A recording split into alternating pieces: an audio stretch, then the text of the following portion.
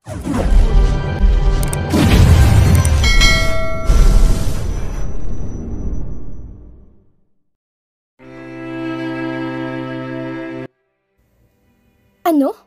Sumugod dito yung haliparot na ex ng anak ko?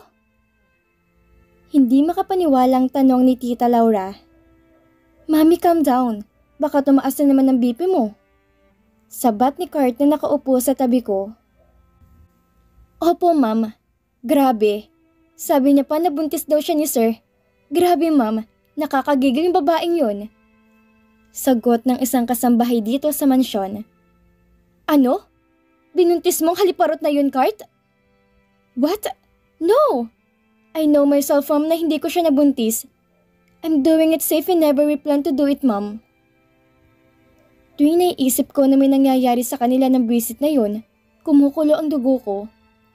Siguraduhin mo lang, Kurt, dahil ako mismong papatay sa inyong dalawa ng haliparot na yon. Anyways, sa katapusan ng kasal nyo, pati ang binyag ng mga apo ko, everything is set na. Ang gagawin nyo na lang ay maghintay sa araw na yon. 1 week bago ang araw na kasal namin, ay kinuha ko ni tita sa mansyon ng anak niya, kasama ang kambal. Yun daw kasi ang paniniwala nila. Bawal magkitang ikakasal. Wala nang bridal shower na naganap. Ganoon din kay Kurt. Walang bachelorette party na naganap dahil ayaw niya. Siya ang tumutol sa party na yon kaya walang nagawa ang lahat. Nakaharap ako ngayon sa isang malaking salamin dito sa hotel, nagaganapan ng reception ng kasal. Hindi ako makapaniwalang ikakasal na nga ako kay Kurt. Ma'am, ang ganda niyo po, grabe. Ang ganda din ng wedding gown mo. Nakakainggit. Halatang mahal to, ma'am ah. Iba talaga kapag si Madam Laurang pipili. Sabi ng makeup artist na bakla sa akin. Suot ko ngayon ang gown na si tita mismo ang pumili ng design. Balita ko pinagawa niya talaga to. Okay lang naman sana sa akin ng rent lang. Maganda ang gown. Masyadong mabukadkad to. Puno ng diamond bead sa dibdib. Tube style ito na may gloves na hanggang siko. Para akong reyna dahil sa suot ko.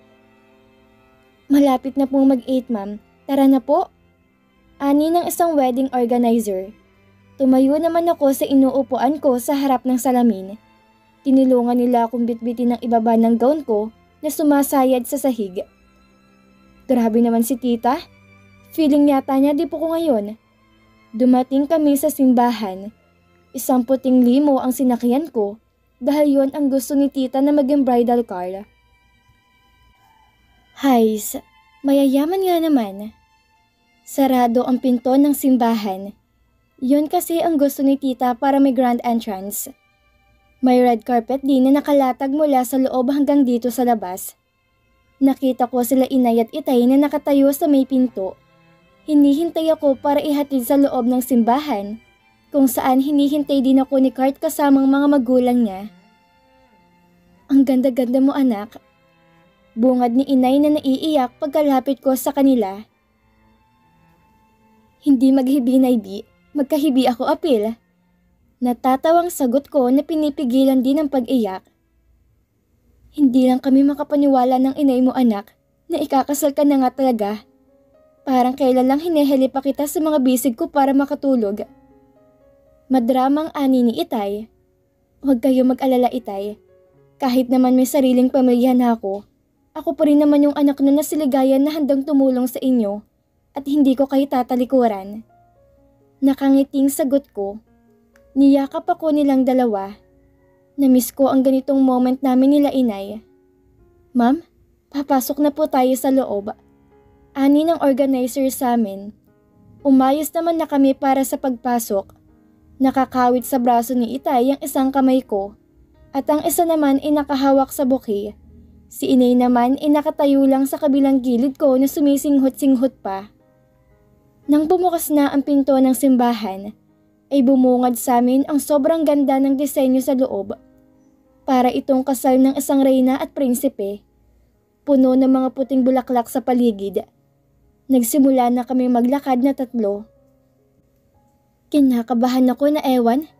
Hindi ko ma-explain ang nararamdaman ko. Nakita ko sa unahan ang lalaking pakakasalan ko kasama ang pamilya niya.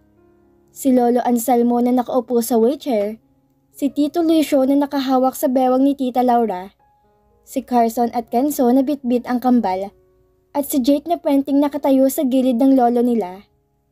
Mas lalong dumagdag ang pagka-attractive niya dahil sa suot nitong puting tuxedo na pinarisan ng itim na slacks. Groom na groom ang dating. Na makarating kami sa kinatatayuan nila, ay kaagad akong nilapitan ni Cart. Alagaan mong anak namin, Cart. Gibaid ko gidbalang binangon ko, umandam ka lang gid. Natawa naman ako sa babala ni Itay. Ayan na naman, napasok na naman ang kanyang itak sa usapan. Huod tay di ko ni pasakitan ng bata nyo. Sagot ni Cart. Nagulat ako sa pag-iilonggo niya. Kailan pa siya natuto mag-ilonggo? Hinawakan niyang kamay ko, tsaka ikinawit sa braso niya. Let's go? Tumango naman ako bilang pagsang-ayon. Nagsimula ng seremonyas ng kasal. Kung sino man ang tutol sa kasal ng dalawang to, ay maaari na magsalita kung mayroon man. Ani ng pari, kinabahan kaagad ako. Hindi ako na-inform na may paganito pala si Father. Ako, tutol ako sa kasal ng dalawang yan. Sigaw na kung sinong nakaitim na babae at may suot pang belong itim. Who the heck is that? Bulong ni Cart. Baka isa sa mga babae mo? Nanunuyang sagot ko. What the? Baka nakakalimutan mong nasa simbahan tayo, Cart. Taas kilay na ani ko. Hindi kayo bagay. Ako ang nababagay sa lalaking yan. Biglang umiba ang boses ng babaeng nakaitim. Parang naging barako. Bakla ba ito? Naggulat kaming lahat nang biglang tanggalin nito ang kanyang belo. Hi Sir Cart, akong pakasalan mo. Maharot ang babaeng yan. Sana hindi ko nalang tinanggap na mag-applyan as janitress mo. Si baklang HR. Excuse me? Paharang-harang-harang bakla ka? Tulak na babaeng nakaitim din sa baklang HR. Nakilala ko to dahil wala tong suot na belo. Brandon? Sigaw ni Jesusa. Ano na naman bang ginagawa ng haliparot na yan dito? Naiinis na bulalas ni tita. Magpapakamatay ako kapag pinakasalan mong babaeng yan. Sigaw pa nito. Akmang magsasalita na si Cart nang pigilan ko siya. Huwag ka magsalita. Ako nang bahala rito. Iniangat ko ang aking gown para hindi ko matakpan habang naglalakad papunta sa kinatatayuan ni Jesusa. Nang makalapit na ako, ay tinaasan lamang ako ng kilay nitong peke. Kapal talaga ng mukha mo, no? Tinuloy mo pa tagang pagpapakasal kay... Natigil siya sa pagsasalita nang sinuntok ko siya sa mukha. Nanggigigil na taga ko sa iyong higad ka. Rinig ko ang mga sigawan ng mga nakakita sa ginawa ko. Tiningnan ko ang walang malay na Jesusa na nakahiga sa sahig ng simbahan. Hoy Cart! Sigaw ko nang hinarap ko siya. Nasa may altar pa rin siya at halatang nagulat din sa ginawa ko sa kanyang ex. Ito bang minahal mo rati? Isang suntok lang tulog na? Weakling naman? Sana matagal ko nang sinuntok ang babaeng to. Baka matauhan na akong mahal ni Cart at hindi siya.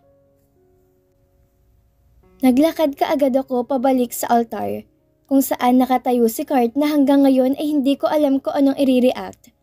Ganon din ang mga tao rito sa simbahan. Father, tuloy na po ang kasal. Wala na pong tututol. Nakangiting sabi ko kay Father na nakatulala rin. Brandon Carter's POV. A boss na nai-inlove sa isang empleyado. How common and cliche love story that we have. Hindi ko naisip na sa sobrang paggabaliw ko sa isang Jesusa ay mawawala na parang bulad dahil lamang sa isang janitress. People fall in love in mysterious way. Tama nga sila.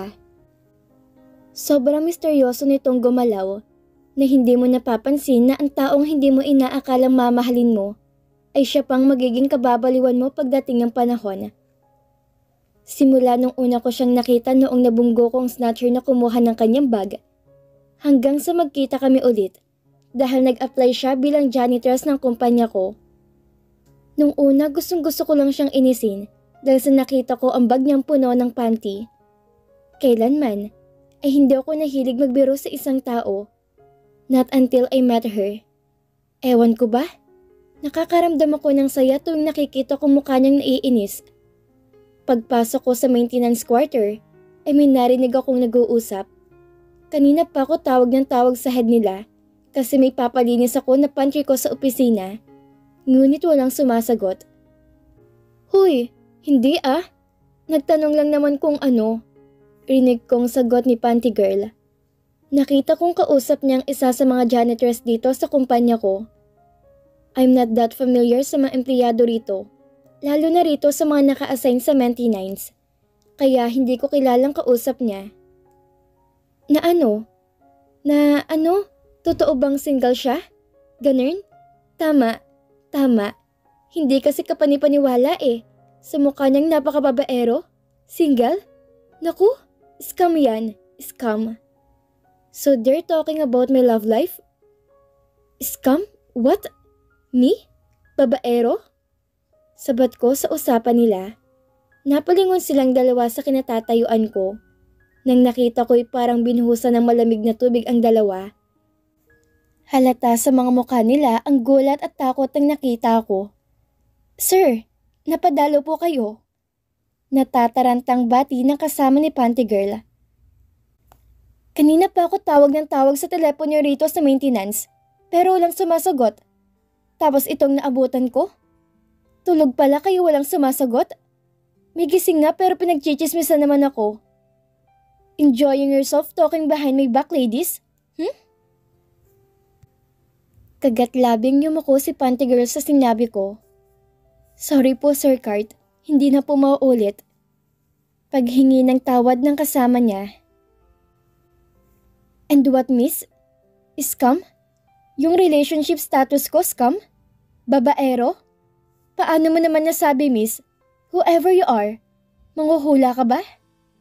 Taas kilay na dagdag ko pa. Tuwing naalala ko mukha niya noong time na yon, hindi ko mapigilang matawa. She looks like she would faint anytime. Hindi mawalang ngiti ko sa araw na yon. Sinabi kong sa bahay niya ako pagsisilbihan.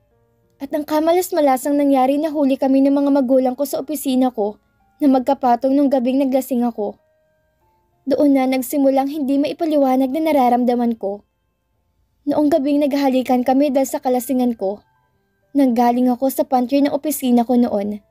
Doon ako nagiinom kapag stress ako o hindi kaya'y magkaaway kami ni Jesusa, ang secret girlfriend ko. Tago ang relasyon namin dahil magkaaway ang pamilya naming dalawa. Ayokong ipaglayo kami kaya tinago namin kung anong meron kami. Pinalipat ko siya sa bahay ko dahil yun din ang gusto ng magulang ko. Nakausap ko na rin si Lolo at sobra ako na stress nung hinihingi na ni Lolong 7 apo niya sa akin. Nang dahil sa arranged marriage ni Lolo sa amin ni Ligaya, ay nag-away kami ni Jesusa. Ayoko masaktan sa Jesusa dahil mahal ko siya. Iyon ang paniniwala ko. Ngunit tuwing naiisip ko si Ligaya, bakit parang mas nasasaktan ako? Huli na nang narealize kong may nararamdaman ako sa kanya noong naglaya siya. Hindi ko man maamin, ngunit yun talaga eh. I fell out of love with Jesusa and fall in love with Ligaya in that short period of time. Ang bilis. Kahit ako hindi makapaniwala na ganun kabilis ang pagkahulog ko sa kanya. Ano ba kasing nagustuhan ko sa babaeng yun? Maganda siya, yes. Yun na. Nothing special. Pero ginayuma yata ako ng alien na yun. Pinahanap ko siya sa private investigator ko. Napag-alaman namin na nasa Maynila pa rin siya at nagtatrabaho sa isang karinderya. Nang puntahan namin ang karinderya na yon, ay kaagad na sinabi sa amin ng may-ari na isinugod daw siya sa ospital dahil bigla na lang daw nawala ng malay. Nagmadali kaming pumunta sa ospital na pinagdalhan kay Ligaya. Nagtanong ako sa nurse station kung may sinugod bang Ligaya magpantay roon.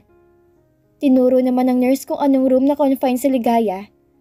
Naabutan kong isang babaeng hindi familiar sa akin. Nakatulala ito nang nakita ko, ngunit hindi ko na yun pinansin. Nakausap ko rin ng doktor niya. Buntis siya, kaya siya nawala ng malay. Nagbunga pa lang isang gabing pinagsaluhan namin. Doon ko na-realize ang lahat. Nakokonsensya ako na hiniwalayin si Jesusa dahil naging parte rin naman siya ng buhay ko. Ngunit mas nakonsensya ko kapag mas pinili ko si Jesus at iwan si Ligaya, lalo na ngayon na dala-dala niya magiging ano ko. Nakipaghiwalay ako kay Jesus sa ilang araw ang nakalipas na makauwi na si Ligaya sa mansyon. Sinabi ko na rin kay Ligaya ang desisyon kong silang pinipili ko.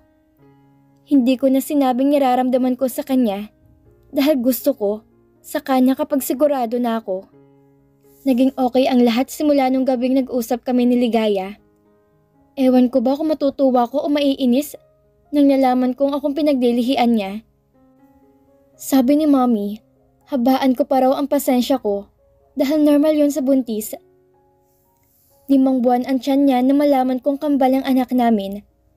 Nakakabakla pero nahimatay ako sa sobrang gulat. Isang gabi lang ang pinagsaluhan namin. Ngunit kambal agad ang nabuo. How amazing I'm not that night.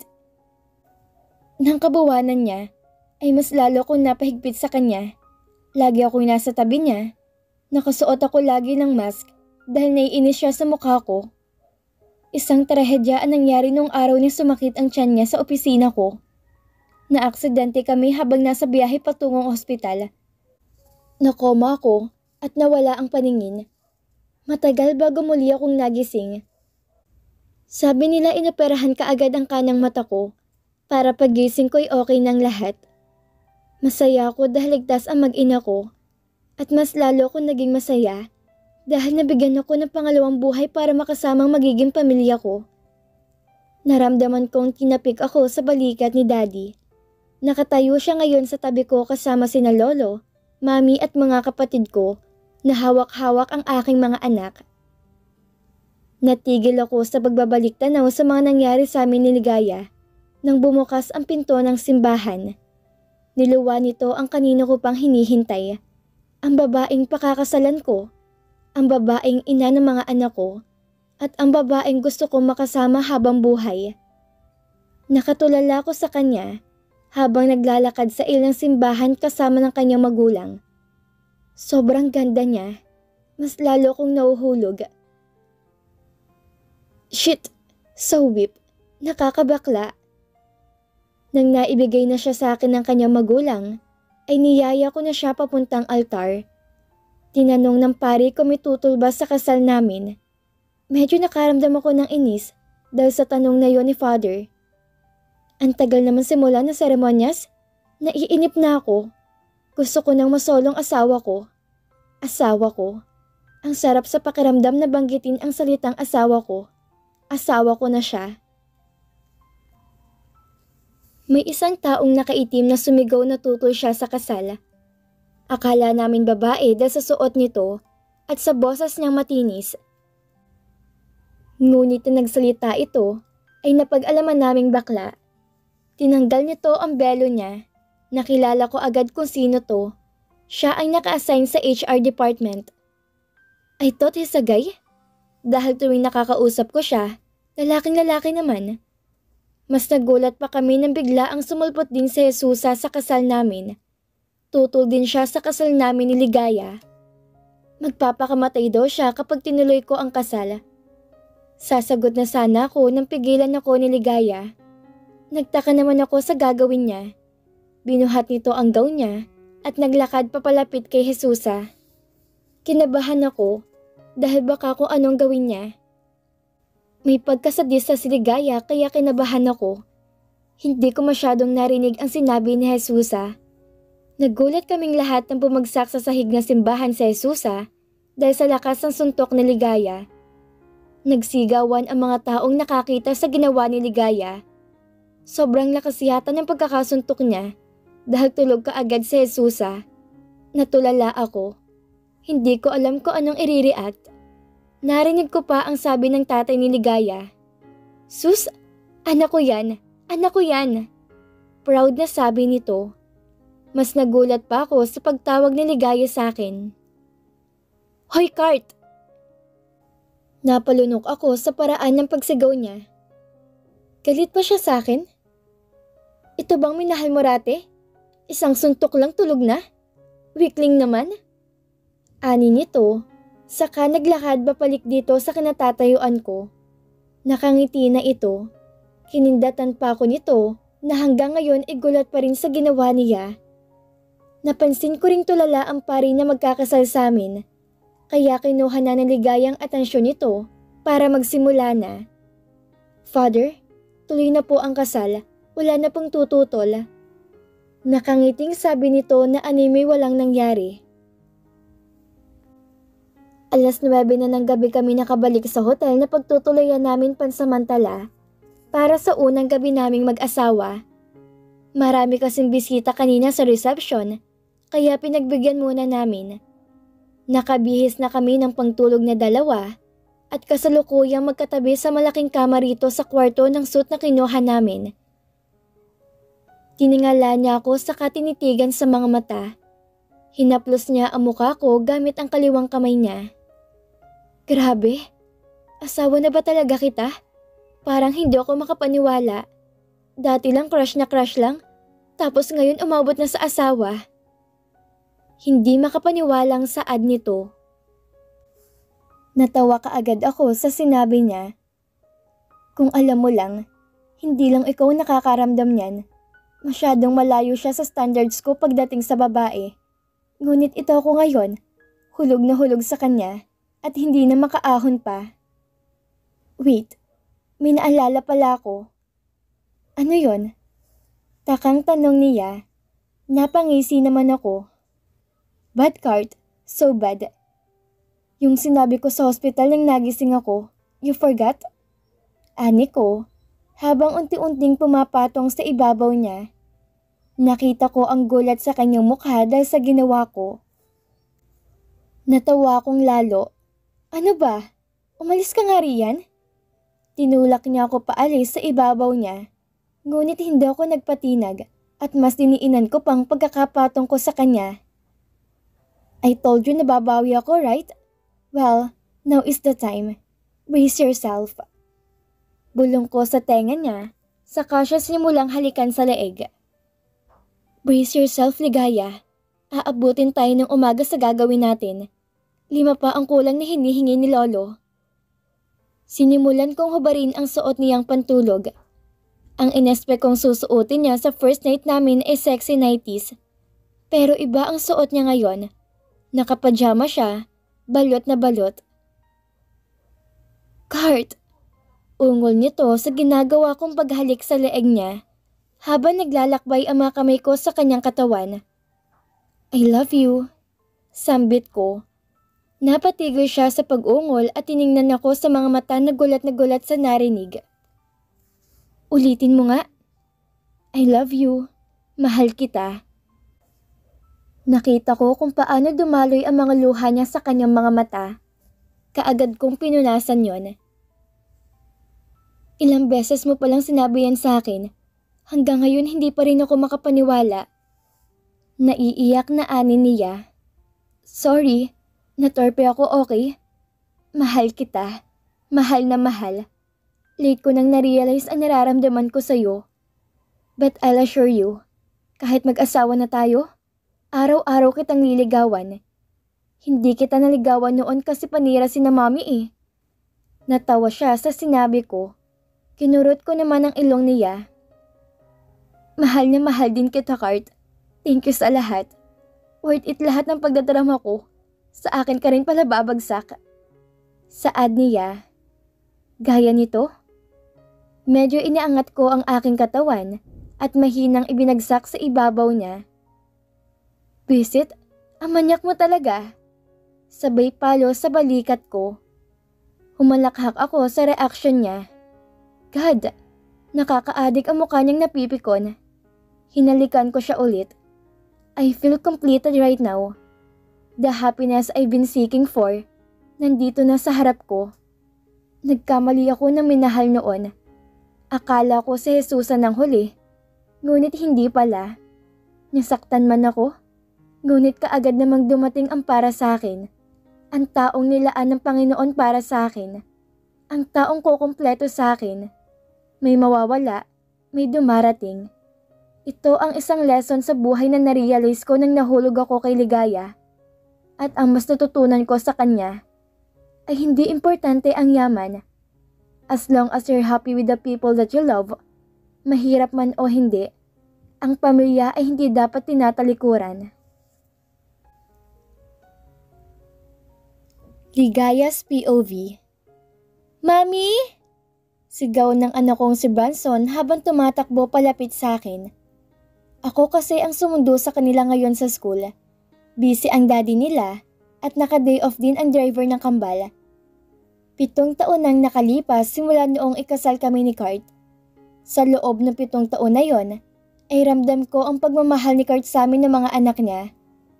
Kahit sobrang busy nito sa trabaho, lagi itong naghahanap ng paraan para mabigyan niya kami ng oras. Hindi na kami nagkaanak ulit ni Kurt. Dahil medyo delikado na para sa katawan ko pag nagbuntis ulit ako. Naintindihan naman yon ni lolo ni Kurt. Okay na raw siya sa kambal. Ang importante ay may magmamana na ng mga pinaghirapan ni Kurt. Mommy, bakit ikaw lang pong sumundo sa amin? Tanong ni Branson na makalapit na to sa kinatatayuan ko. Busy kasi ang daddy mo anak, kaya ako na lang sumundo sa inyo. Sagot ko habang pinupunasan ang mukha nitong puno ng pawis. Ang kapatid mo Branson, bakit hindi kayo magkasabay lumabas? Naiwan po siya mami, kasi ang bagal niya po magsulat eh. Sabi ni teacher dapat tapusin muna bago umuwi. Sabi ko nga po kay teacher na share na lang kami ni Brent kasi magkapatid naman kami. Pero ayaw niya kasi kailangan they're fair para di dumepende lagi si Brent sa akin at para matuto siya magsulat na mabilis. Pag-e-explain nito, baka sa mukha nito ang concern niya sa kakambal. Tama ang teacher mo anak, kailangan matuto ni Brent na maging independent sa'yo. Ani ko sabay ngiti. Puntahan natin ang kapatid mo, baka maiyak pa yun kasi iniwan mo. Nagpaalam naman po ako sa kanya mami, nalalabas muna ako para tingnan ko nandito ng sundo namin. Babalikan ko naman po siya agad. Sobrang saya ko tuwing makikita kong mga anak kong close sa isa't isa. Si Brent ang pinakamahiyain. Lagi itong tahimik at sobrang tamlay. Noong unay natakot ako dahil sa katamlayan nito. Akala ko nung una may sakit ito, kaya pinatingin ko siya sa doktor. Ang sabi ng doktor wala naman daw tong sakit. Siguro'y nasobrahan lang sa pagkamahiyain si Brent, kaya ganoon siya kumilos. Si Branson naman ay ang kabaligtaran ni Brent. Masyadong energetic ang batang yon, kaya mas marami itong naging kaibigan kesa kay Brent. Pareho silang matalino. Hindi naalis sa top 1 ang dalawa. Lagi silang tie sa rank 1. Manang-mana sila sa ama nila. Matalino. Pati ang itsura nila'y namana lahat kay Kurt. Yung balat nilang sobrang puti, matatangos na ilong, mapupulang labi, at ang mga mata nitong kulay kahel. Lahat kay Kurt nila nakuha. Miski isa'y walang namana sa akin. Ang unfair lang, di ba? Kasi ako yung nagpakahirap magdala sa kanila ng 9 na buwan, pero sa ama sila nagmana. Magandang hapon po, Mrs. Montalibano. Bati sa akin ng advisor ni Branson at Brent. Magandang hapon din po, ma'am. Susunduin lang po sana namin si Brent. Nasa loob pa po siya, Mrs. Montalibano. Katatapos niya lang magpa-check sa akin ng notes niya. Wika nito, habang tinuturo sa loob si Brent, na busy sa pagliligpit ng mga gamit niya sa kanyang desk. Sige po, maraming salamat po. Walang anuman po, Mrs. Montalibano. Bahagya po itong yumuko at ngumiti sa akin. Minsan nakakaramdam ako ng hiya sa paraan ng pagtrato nila dito sa akin. Feeling ko, isa akong first lady kung itrato nila. Masyadong mataas ang respeto ng mga guro dito kay Kurt dahil isa siya sa malalaking investor ng paaralan na ito. Mami! Tawag ni Brent sa akin. Ang lambing talaga ng boses ng batang to. Kamustang araw mo anak? Napagod ka ba? Yumuko ako para halikan to sa noo. Hindi naman po masyado mami. Masakit lang po yung kamay ko pag susulat. Sabi nito Sabay pakita ng kamay niyang namumula. Madali mong mapapansin ang pamumula sa kamay niya dahil sa maputi nitong balat. Gagamutin niya ni Mami pag uwi natin ha? Sabi ko. Tumango naman to sa kamatamlay ng umiti. Aalis na po kami ma'am. Pagpapaalam ko sa advisor ni Branson at Brent. Sige po Mrs. Montalibano, ingat po kayo pa uwi. Nagsimula na kaming maglakad papuntang parking lot. Hawak ko sa kamay si Brent. Si Branson naman ipanay ang kaway sa mga nadadaanan naming mga bata. Nang makarating kami sa parking lot, ay kaagad kong binuksan ang backseat para papasukin sa loob ang kambal. Umikot ako papuntang driver seat para makauwi na kami at magamot ang kamay ni Brent. Mami, pwede po bang puntahan natin si Daddy sa office niya? Baka po kasi gabihin na naman siya ng uwi. Namimiss ko na po siya. Biglang sabi ni Branson habang nagmamaneho ako pa uwi. 3 araw na kasing ginagabi si Kurt na umuuwi. Tulog na mga bata pagdating niya. Tapos pag umaga naman, tulog pa siya tuwing papasok na sa school ang mga bata. Ayaw naman namin siyang disturbuhin kasi alam naming pagod to sa trabaho. Sige, pupuntahan natin ang daddy niyo. Basta behave kayo doon ha. Huwag niyong kukulitin si daddy niyo dahil busy siya sa work niya. Bilin ko. Opo mami. Sabay na sigaw ng dalawa. Mas close kasi sila sa daddy nila, kaya ganito sila kumakamis kay Kurt. Ang unfair talaga. Ako yung naghirap pero yung daddy nila mas gusto nila. Puro pasarap lang naman yun nung may nangyari sa amin. Ilang minuto pang binyahin namin bago kami makarating sa parking lot ng kumpanya ni Kurt. Dali-daling bumaba ang kambal dahil sa sobrang excited na makita ang daddy nila. Mami, bilisan mo po! Sigaw ni Branson habang nauunang maglakad papuntang elevator. Hinay-hinay lang anak, baka madapa ka sa kakamadali mo niyan.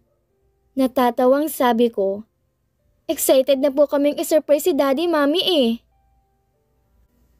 Nakangusong wika ni Brent. Ang cute talaga ng batang to. Pagkabukas ng elevator, ay agad na pumasok ang dalawa sa loob. Sumunod naman agad ako sa dalawa na hindi mapermeda sa sobrang excitement. Tumigil ang elevator sa top floor kung saan ang opisina ni Kurt. Pagkabukas pa lang ng elevator, ay agad na nagsitakbuhan ang dalawa papuntang pinto ng opisina ni Kurt. Nadaanan ko pang natatawang secretary ni Kurt. Magandang hapon po ma'am. Bati nito sa akin na may malapad na ngiti sa muka. Magandang hapon din. Nandyan ba sa loob si Kurt? Opo ma'am. Katatapos lang po niya umattend sa isang meeting. Sagot nito. Sige, pasok na muna kami sa loob ah. Paalam ko. Lumapit na ako sa dalawa na nakatayo sa labas ng pinto ng opisina ni Kurt. Mami, ikaw na po magbukas, tapos sisigaw po kami ng surprise ni Brent. Ani ni Branson. Opo mami, para magulat si daddy. Pagsang-ayon naman ni Brent sa plano ng kambal. Sige. Hinawakan ko naman ang seradura ng pinto bago tutuluyang itulak para magbukas. Surprise daddy! Sabay na sigaw ng dalawa. Gulat na napalingon si Kurt sa aming tatlo. Na makabawi ito sa gulat ay agad nang umiti ng malapad. Oh, my boy is here. Ani nito, habang nakahanda ang dalawang braso para yakapin ang kambal. Nag-uunahang lumapit naman ang dalawa sa ama nila para yumakap. We miss you na po, Daddy. Si Brent na umupo sa kaliwang hita ni Kurt. Si Branson naman ay umupo din sa kanang paa ng ama niya. Really? Na-miss ko din kayo. Ani nito, sabay halik sa noo ng kambal. Pagod ka po ba, Daddy? Gusto mo i-massage ka namin ni Brent? Wika ni Branson. Sure, gusto ni Daddy ng massage. Nakangiting sagot nito sa anak. Lumapit ako sa kanila. Ang cute nilang pagmasdan. Mami, help mo po kami ni Brent na i-massage si Daddy. Tawag sa akin ni Branson. Habang nakaupo pa rin sa kanang paa ni Kurt na minamasahe ang kanang balikat nito, ganoon din si Brent. Later na si Mommy anak, mamayang gabi niya ako mamasahihin. Ani nito, sabay kindat sa akin. Sinamaan ko naman agad siya ng tingin. Tumawa lamang ang loko. Puro kamanya ka ng alam? Galingan mo po mamayang gabi Mommy ha, para mawala po yung pagod ni Daddy. Biglang lumakas ang halakhak ni Kurt, kaya binato ko siya ng ballpen na nakapatong sa table niya. Ang gago lang talaga. Ang green mag-isip. Magaling talagang mami niyo anak. Nakakawala ng pagod. Utak mo Kurt Green. Sabat ko. Baba muna kayo anak. Si mami munang kakandugin ni Daddy ah. Ani nito sa anak niya. Sige po. Ayi! Sabay na tukso ng kambal sa amin ng daddy nila. Babe, come here. Ani nito, sabay tapik sa hita niya. Sinamaan ko lang siya ng tingin. Lalandiin niya ako sa harap ng mga anak niya? Abnormal talaga. Sige na po, Mami. Ani ni Branson sabay hila sa kamay ko. Wag na anak, nantitrip lang si daddy niyo. Hindi, Mami. Pagod si daddy kaya umupo ka na doon para hindi na siya pagod. Sabat pa ni Brent. Napabuntong hininga muna ako bago tumango. Sa bahay na kami magtutuos na magaling yung ama mga anak. Sa lapag siya matutulog mamaya. Lumapit ako kay Kurt habang nakabusangot ang mukha. Kitang-kita ko ang ngising aso ng hayop na lalaking to. Waging-wagi ang lolo nyo. Pasalamat siya at siyang kinakampihan ng mga anak niya. Umupo ako sa kandungan niya. Agad naman itong pinulupot sa bewang ko mga matitipon ng braso niya. I miss you babe. Bulong nito sa tenga ko. Mas lalong hinigpitan niyang pagkakayakap sa akin habang inaamoy-amoy ang buho ko. Sa bahay tayo magtutuos. Kinukuntsaba mo pa mga anak mo sa kamanyakan mo? No, I'm not. Mahal lang talaga ako ng mga anak natin, kaya suportado nila ako. Kita mo na? Mag-ama nga talaga. I love you. Thank you sa lahat-lahat. Wala na akong ibang mahihingi pa. Ani nito, habang nakasubsob ang mukha sa leeg ko. Mahal din kita, Kurt. Kahit minsan napaka-abnormal mo. Sagot ko. Mas palanggata ikaw, babe. Dugtong nito bago ko hinawakan sa mukha at hinalikan sa labi. Tama ngang sabi nila. Kung kayo talagang nakatakda, magiging kayo talaga sa huli. Yung taong hindi mo inakala magiging kabiyak mo pala at makakasama mong bubuo ng pamilya. Noong nalaman kong may nobya si Kurt, akala ko noon hanggang doon lang kami. Kitang-kita ko sa mga mata ni Kurt noon kung gaano niya kamahal si Jesusa. Hindi ko inaakalang magbabago pa palang pagmamahal ni Kurt sa babaeng nakarelasyon niya ng ilang taon. Doon ko na-realize na hindi pala sa tagal ng pagsasama niyo nababasang destiny niyong dalawa. Ayi! Rinig naming sigaw ng kambal. Bumitaw naman si Kurt sa pagkakahalik sa akin. Inalayo nito ng konti ang mukha niya at sinandal ang noo niya sa noo ko. Pakasal ulit tayo, babe. Pakasalan mo ulit ako. Ani nito at nagpamulat sa akin. 7 taon na ang lumipas noong kasal namin. At ngayon niyayaya niya ulit ako magpakasal sa kanya? Kasal na naman tayo. Gagastos ka na naman. Sagot ko. I don't care about the money. Wala akong pakaalam kung maubos ang pera ko dahil sa paulit-ulit na pagpapakasal ko sa'yo. Ang importante ay naipagsigawan ko sa buong mundo na akin ka, na asawa kita. Mahal na mahal kita. Kayo na mga anak natin. Will you marry me again, asawa ko? Naramdaman ko na lang ang biglang pagtulo ng luha ko. Masyado ba akong naging mabait para bigyan ako ni Lord ng ganitong asawa? Dahan-dahan akong tumango bago nagsalita. Sino bang aayos sa'yo magpakasal? Siyempre oo agad ako dyan. Natatawang sagot ko. Thank you. I love you, babe. Di ako magsasawang sabihin yan sa'yo. Mahal na mahal kita, Ligaya Anastasia Magpantay Montelibano. Dinampian nito ng halik ang noo ko. Mahal na mahal din kita, Brandon Carton Montelibano. Mami, ang tagal niyo matapos ah. Di pa ba nawawalang pagod mo, Daddy? Biglang singit ng anak naming si Branson. Kiss ba ni Mami ang makakapagpawala ng pagod mo, Daddy? Sabat pa ni Brent. Natawa kaming dalawa sa mga anak namin. Ako rin, Kurt. Wala na akong ibang mahihiling pa. Dito na po nagtatapos ang kwentong pag-ibig ni Carter at Tigaya. Sana ay nagustuhan nyo. Maraming salamat po sa lahat ng sumuporta. Muli ay magkita-kita po tayo sa susunod pa nating mga istorya.